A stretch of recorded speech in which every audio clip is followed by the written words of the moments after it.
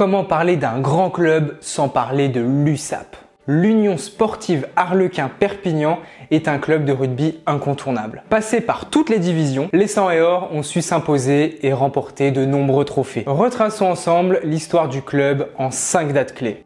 En 1914, l'ASP remporte son premier titre de champion de France contre le Stade Oceste Tarbes. Cet exploit a été permis par le célèbre Aimé Giral, qui tombera quelques années plus tard au front et qui donnera même son nom au Stade catalan. Cette année marque le premier trophée pour la ville de Perpignan. En 1933, l'ASP et les Queens fusionnent pour former l'USAP. Les deux rivaux recrutent un grand nombre de joueurs pour espérer jouer au plus haut niveau. Et ça marche plutôt bien. L'arrivée de l'emblématique Roger Ramis et d'autres joueurs cadres permettent aux Catalans de grandir et de se structurer. C'est en 2003 que les Perpignanais croient enfin au titre de champion d'Europe. Ils n'étaient alors jamais parvenus à ce stade de la compétition auparavant. Et les 100 et or commencent à arriver. Ils sont défaits en finale face au Stade Toulousain qui fera de l'USAP le vice-champion d'Europe 2003. L'année 2009 marque le dernier titre majeur des Catalans. L'USAP remporte son 5e titre de champion de France